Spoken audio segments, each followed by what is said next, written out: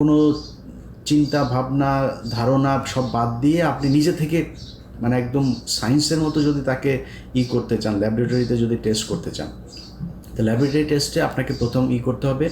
এই যে হাসিনা 9 মাস ধরে অনেক বক্তব্য দেখেছেন, কিন্তু এর মানে মুখ কিন্তু যথেষ্ট মানে কি বলবো যে ও কথা না বললে পারেন, ও কথাই কিন্তু এই যে এই পতন টতন যা কিছু হলো সব কিন্তু এর কথাই।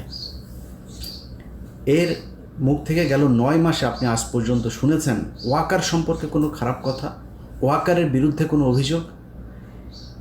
গত 3 বছর ধরে ইউনূসকে নিয়ে শেখ হাসিনার এত কথা কেন, এত শত্রুতা কেন? কারণ হাসিনা জানতো যে ইউনূস কিছু একটা ভেতরে ভেতরে করছেন, বা পশ্চিমাদের যেই চিন্তা ভাবনা সেটা তিনি জানতেন, সেটা জেনেই কিন্তু তিনি এগুলো করেছেন। অতএব হাসিনার মুখ থেকে বের হয়ে যায়। আমি অনেক আগে একটা ভিডিওতে বলেছিলাম যে হাসিনা সামনে কি করবে, কি ঘটছে ভেতরে, এটা হাসিনার মুখ দিয়ে